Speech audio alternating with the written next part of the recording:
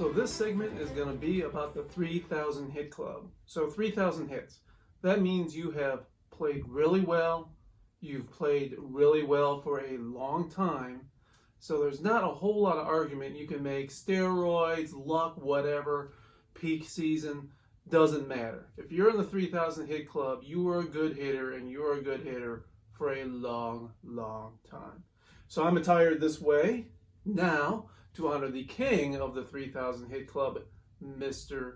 Pete Rose. So, lots to say about Mr. Pete Rose, isn't there? I actually got to see him in Riverfront Stadium in 1976. He was part of the game of the week. It was August 28th, I believe. Looking at my iPad here. Good old internet. I love it.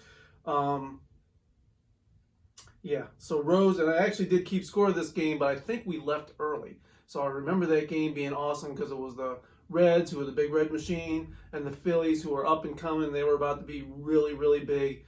Game of the week, which was a big thing back then because you got one national game of the week. This was it. Lots of buzz going on. I got to see Pete Rose get 2 hits, including a homer. Joe Morgan also had 2 hits, including a homer. Big, exciting stuff. All right, enough about me. Mr. Pete Rose. So, his cards, he has a lot of cards. He played for a lot of years. He has some cards just as a manager. A lot of his kind of cooler cards as far as portraits are in the 60s, before the era where I was really collecting cards. So I don't have a lot of those. He has some uniforms more like this pinstripe one instead of some later ones. But I have a selection of a few here that I think are pretty representative of Pete. So we got the 74, doing the old bunting routine in action there. We got him in the field at first base. He was kind of new at first base at that time. He had played other infield positions much more than that. This is a 77 card. 76, looking pretty cool in the cool mod 1976 style there. Then we have the 83. 83 is a really good set, probably the best set of the 80s, and this is where he's in the Traders Philadelphia Phillies uniform. A nice 86 card where they actually say, hey, he broke the record. That's pretty cool. Now here is the card I mentioned, the SSPC set. Pete Rose SSPC from 1976. Just as a refresher, this is the company that made cards in 76. I actually made them in 75, distributed them in 76. And were sued for it. Interesting things about this set. One, Topps kind of sued them so that they could keep their monopoly, which seems kind of a little counterintuitive to me. But anyway, was the case. Each of the 630 cards, something like that, has a description on the back, a little write-up. And I found out, actually, within the last couple of days, the guy who did the copy for every one of these cards was Keith Olbermann. Yes, that Keith Olbermann. And I say that Keith Olbermann for a couple of reasons. One, you see the copyright says 1975, so he did this in 1975. He was born in 1959, so he wasn't even 20 years old yet. He was a teenager, and he was a big deal enough as a teenager to write the copy for every backing of these cards. So you might say, well, maybe he just knew someone in the family. No, actually about 10 years ago, I dug up one of these old books I had, Sports Collector's Bible. When I was a kid, remember, again, no Google, I needed to find out what checklists were for Kellogg's or whatever I needed to do. This was a book I found when I was, a kid, that had all kinds of checklists for it. The Kellogg's checklists, all kinds of stuff that I still think is really weird. It's a thick book just of checklists. One of the forewords is by Keith Olbermann. Just found that out about a decade ago. But, yeah, Keith Olbermann. He's a pretty interesting guy, and he's not a fluke. Anyway, there you go. Pete Rose. Now, the question everybody asks, should Pete Rose be in the Hall of Fame? It has nothing to do with baseball cards, but I'm going to answer that question anyway. No, he should not be in the Hall of Fame right now. He has a lifetime ban. I know everyone in my family who's a Pete Rose fan is going to say, no, you're the devil. But he gambled on baseball. There was no arbitrariness about whether that was against the rules or not. Always against the rules. People have been given bans from baseball before for it. He had gambled at least 50 times on his own games, and these weren't like $20 bets. These were 5-figure bets on his own team to play baseball. There is no muddiness about the rules there. He got a lifetime ban. He signed the lifetime ban. He agreed to the lifetime ban, and then spent years just trash talking commissioners about how unfair it was. No, sorry, this isn't the world of second chances in this case. Now, it is a lifetime ban. Should Pete Rose ever be in the Hall of Fame? He is the all-time hits leader. He should be in the Hall of Fame, but it's a lifetime ban. Pete's not going to live forever. At some point, he should be in the Hall of Fame, but not during his lifetime.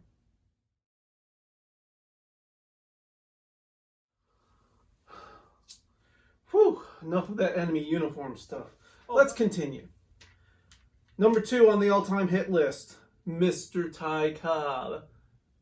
This is a Tom Barker game card. I have a couple of these. Okay, 3rd on the list, Mr. Hank Aaron.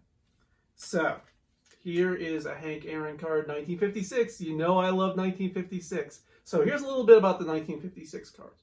Why are they so cool? 1, it has a picture of the player, really nice, sharp and clear, close up, and an in-action shot. Now, it is the 50s. Technology was only so good.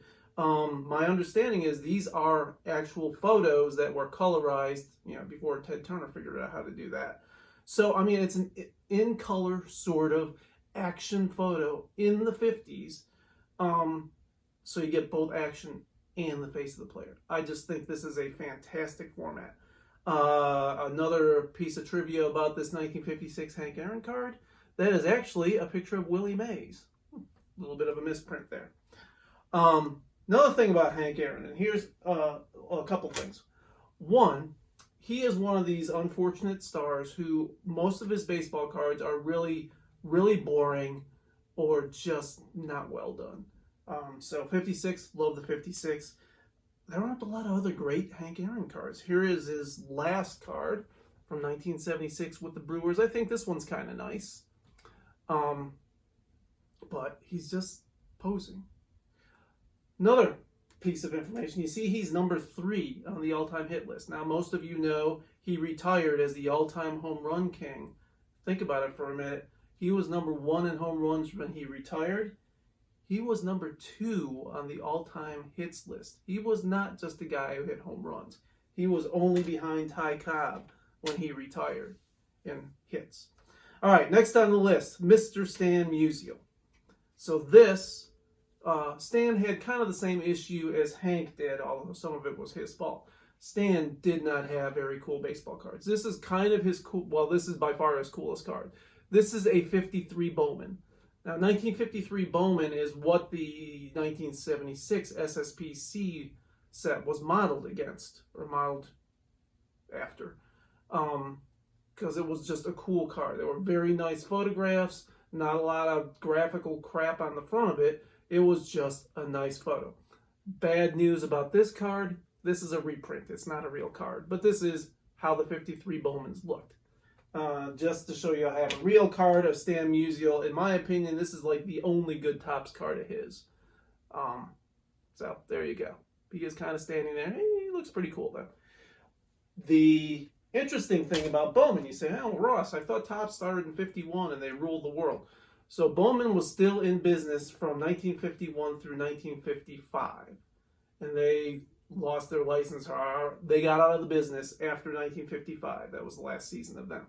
56, oddly enough, was the first year that Topps had all the players, free reign, you know what I mean. That ushered in my favorite set. Not only is the format cool, but this is the year where all the players were in that set. Some before were in, some only in Bowman, some only in Topps. Now they were all in Topps. So the cool thing about the 56 set, another cool thing about the 56 set, is there are Hall of Famers all over that thing.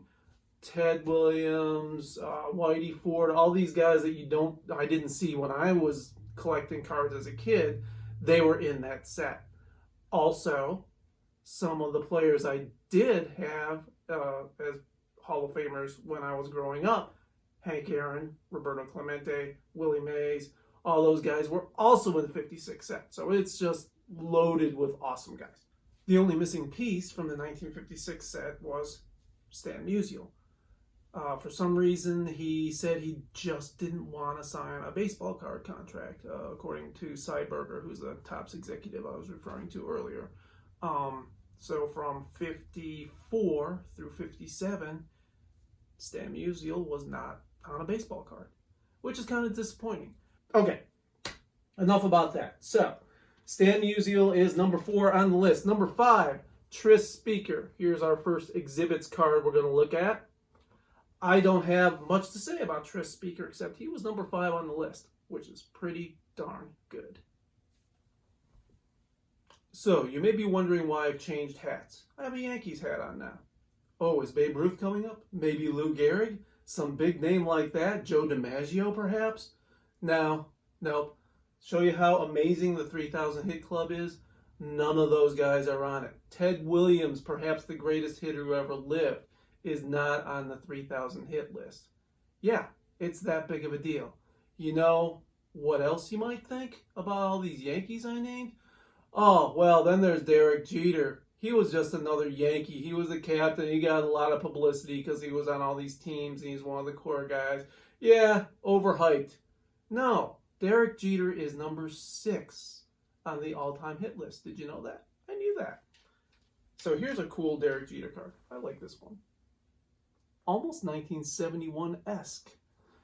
This is actually, I can't believe I have to look at that. It's a 2007 card. Here is, I mentioned the 2000 set. This is a very cool 2000 card of Derek Jeter. Now, I've mentioned how I'm not a big fan of rookie cards. Here's an exception. There are a couple of exceptions, but not because when he was a rookie, I had to spend $1 million to get his rookie card. After he became a star, it was kind of neat to look back and see. Look at little Derek Jeter there. This is a 1992 draft pick card. On the bag it says he declined a scholarship from the University of Michigan to sign with the Yankees. Pretty cool stuff. Anyway, all it has on the back for his record, his teams are sophomore, junior, and senior from his high school statistics. Pretty cool. Also, you have the upper deck top prospect. There's little, but not as little, Derek Jeter. So there you go. Derek Jeter is number 6 on the all-time hit list. All right, next on the list is Honus Wagner, another Tom Barker card. No, I did not run out and buy the T206 card for 7 figures. That's not going to be happening. Next on the list is Carl Yastrzemski. He does have a few cool in-action cards. Here's the, 1980 card here. 76 is pretty good. Both 76 and 77 I like, but for the Red Sox purists in the crowd, he's wearing the red hat, which I personally liked, but I think Red Sox fans don't like. Now, here's a 67 card. This is not a good condition card. I just happen to have it. But it does spark a memory of Carl Yastrzemski. This is the year, 1967, he won the MVP. He won the Triple Crown. He won the Gold Glove. This guy owned baseball in 1967. He drug the Red Sox to the World Series that year. He batted in the last 10 games of the season against competitors. He batted over 500. He batted over 400 in the World Series. When he batted over 500 in those last 10 games, the Red Sox did win the division. At that time they only won the league. They didn't have divisions in 67.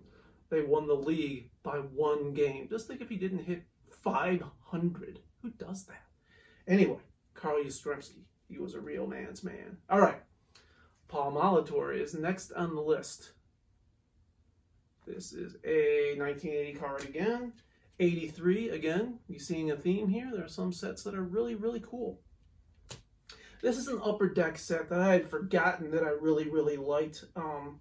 This is the 99 Upper Deck set. It's really cool. It's got a little real estate taken up by the silver foil, which is a little bit annoying, but a lot of the in-action shots are really, really cool. Okay, next on the list is Eddie Collins. Another chance to show off my exhibits collection.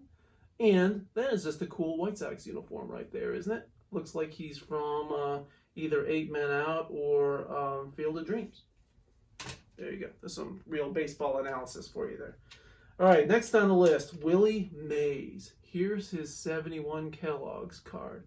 Now, a lot of Mays' career was before my card collecting career, so I don't have a lot of Willie Mays cards. Now, he's also going to be, spoiler alert, 500 home run club as well.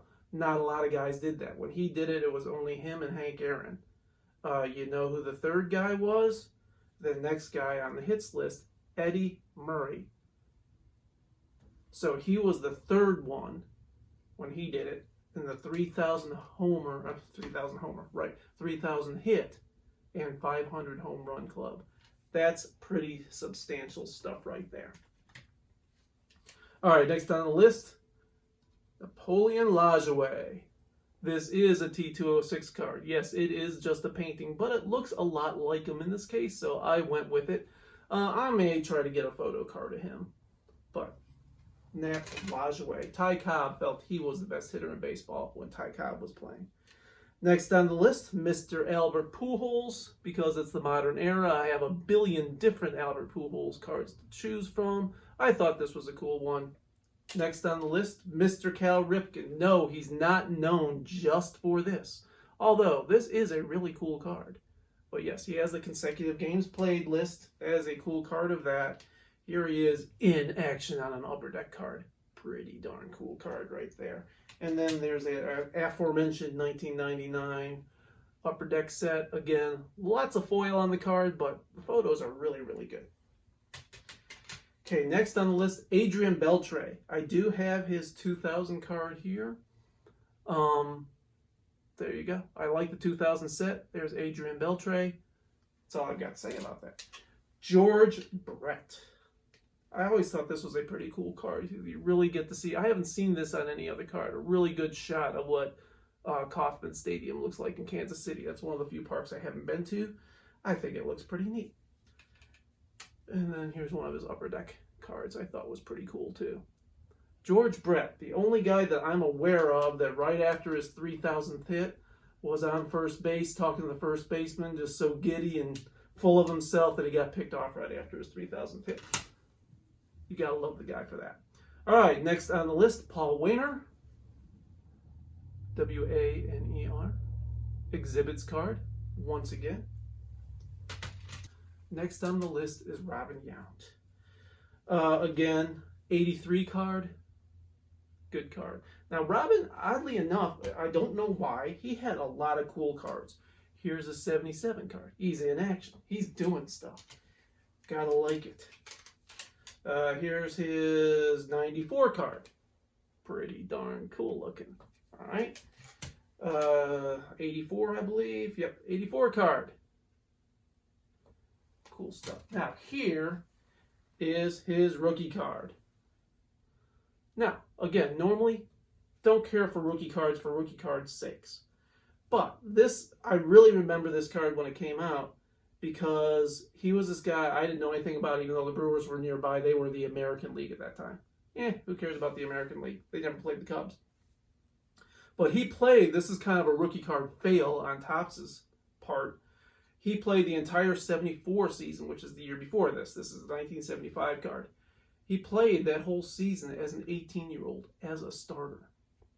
Why wasn't he on a rookie card, one of those annoying 4-panel rookie cards, in 74? Well, I guess they could have done that in one of the later sets of the season, which would have been cool. But that was the year they were doing all one set. So that's kind of an advantage of having those sets distributed through the year. When someone shows up, hey, you can update your information. Would have been cool to have a Robin Yount in 74 as well when he was actually playing. Next on the list, Mr. Tony Gwynn, 83. I think this is his rookie card. He is number 50 something on this card, so I think it probably is. Here is the Upper Deck Set 99 that I think is really cool again. Here is, I mentioned this card before, this set before as well. I love that Upper Deck Set. It's just so clean. It's almost 53 Bowman-like with a little modern foil on the bottom of it. Now, the Tony Gwynn thing that I remember, the best Tony Gwynn story, actually is, he's coming up again, Keith Olbermann. I remember he had a very emotional piece about Tony Gwynn when he died. And Olbermann was talking about he was in a hotel in San Diego doing whatever he was doing. And the whole Padres team walked by him in the lobby. Now, at this time, everyone knew who Tony Gwynn was. He was a star already.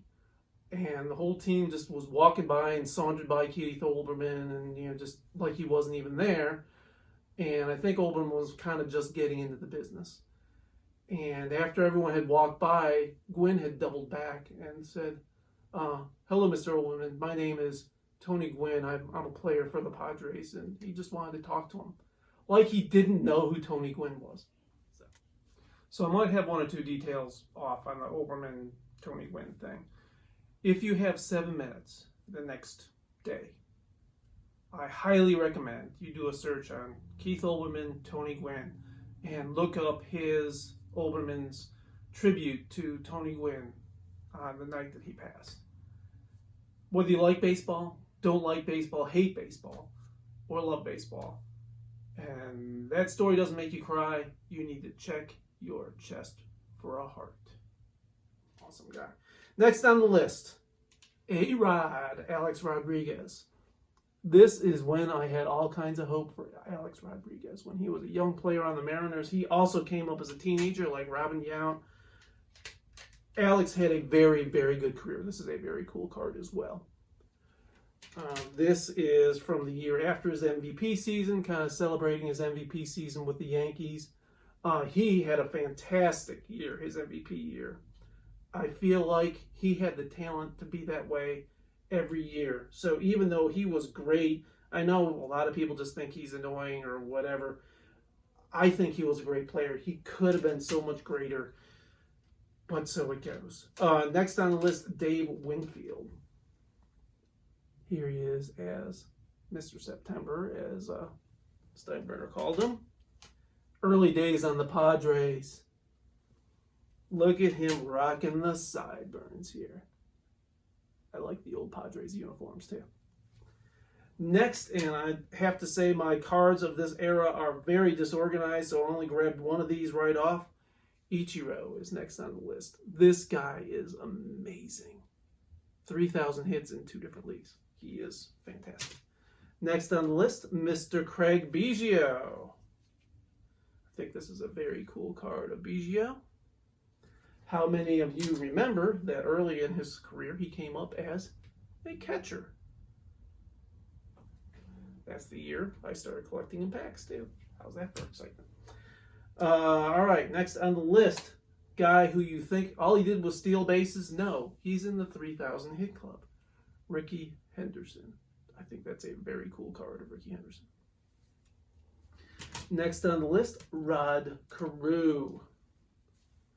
1983, both you get to see him hanging out playing baseball, and the bottom you see him rocking the headband. That is Rod Carew. Next on the list, Mr. Cardinal himself, Lou Brock. Okay, maybe he's not Mr. Cardinal, but he's an awesome Cardinal. Lou Brock. Here's a card commemorating that he stole 118 bases, and at that time he shattered Maury Will's record. I remember that quite well. But do you remember that he came up as a Cub? Spent 3 years on the Cubs before they traded him in a blockbuster trade for Ernie Broglio, a pitcher who you have never heard of. Next on the list, similar story. Rafael Palmeiro came up with the Cubs as well. Never played much for the Cubs, but he was on them. This is where he came up. I remember, I had a lot of hope for him, and then they got rid of him. I thought he and Mark Grace were going to save the Cubs. This is a neat thing, the 87 Future Stars. So this is Palmeiro's rookie card. Another cool rookie card from that year that you might enjoy. Mr. Bo Jackson. Next on the list, and this guy I always thought was impressive. Wade Boggs. You have to say Boggs because he was mostly a Red Sox. This guy hit like a maniac. There he is when he moved over to the enemy Yankees. Next is another very unfortunate guy in terms of baseball cards. This guy played for like 100 years. He's in the 3,000 hit club. And every card of him is boring. So I pulled up his 75 card that celebrated him reaching the 3,000 hit club. Al Kaline. This, all he did was hit. He hit like crazy. Well, all he did was hit and have really boring poses for baseball cards. That was pretty much his career. One thing that I did look up about him that I thought was interesting and didn't remember, he is still the youngest player to win a batting title. He won the American League batting title at 20 years old, and he won it in a landslide. He killed the competition. And last, but not least, in the 3,000 hit club at exactly 3,000 hits, getting his last hit in his last game before dying in a plane crash, Roberto Clemente. 71 Kellogg's. 71 Topps. Of course, the 1956 Roberto Clemente. And now he actually died on New Year's Eve of 1972, New Year's Day, 1973. And I was surprised and happy to find the 73 set, which didn't come out till April, March or April, had a Roberto Clemente card. And it just seemed appropriate. It just seems like a sunset Roberto Clemente card in 1973. So there you go. There is the 3,000 hit club as told by baseball cards. Well, Henry.